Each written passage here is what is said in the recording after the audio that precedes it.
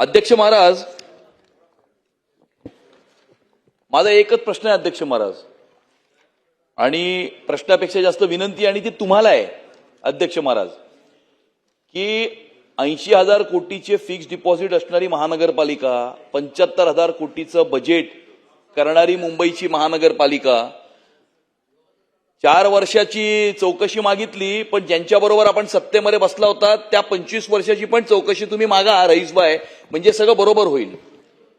4 साल की आपने मांगी ना, 25 साल जिनके साथ में आप सत्ता में 2.5 साल बैठे थे उसकी भी चौकशी आप मांगो, ऐसा मैं बोल रहा हूं आपको।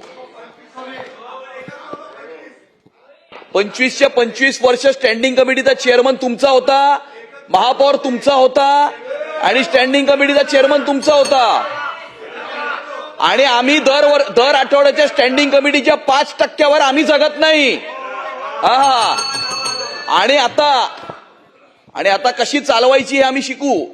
हा, अध्यक्ष महाराज, माझा एकच प्रश्न आहे, माझी एकच विनंती आहे की जे वॉर्ड ऑफिस, मुंबईच्या महानगरपालिकेचं वॉर्ड ऑफिस आणि अशी 24 वॉर्ड ऑफिसेस या मुंबई शहरामध्ये महापालिकेची आहेत, जी महापालिकेच्या कारभाराची केंद्रबिंदू आहेत अध्यक्ष महाराज, ते कॉर्पोरेशनचं वॉर्ड ऑफिस सुद्धा पीपीपी मॉडेलमधनं करण्याचा जो महान निर्णय ज्या कुणी अधिकाऱ्यांनी घेतला असेल, आणि जर त्या ठिकाणी कमर्शियलाइज करायचं असेल, त्या जागेचा वापर करायचा असेल, तर महापालिका स्वतः करेल ना अध्यक्ष महाराज। महापालिका स्वतः ती जागा रेंटवरती देऊन विकून ही रेव्हेन्यू कमवू शकते, तर तुम्हाला पीपीपी मॉडेलमधनं वॉर्ड ऑफिस तयार करण्याची गरज काय? आणि त्यामुळे हा एक जो निर्णय घेण्यात आला, असे अनेक निर्णय आहेत। कालच पेपरला बातमी होती, मिठीच्या डिसिल्टिंग मध्ये आता अर्ध्यावरती त्यांनी त्या ठिकाणी ते टेंडर केलेलं आहे, म्हणजे अर्ध्यावरती टेंडर केलं म्हणजे बाकीचं अर्ध कशा करता होतं। आणि त्यामुळे असे अनेक विषय आहेत जे आता सगळे बंद करायचे आहेत।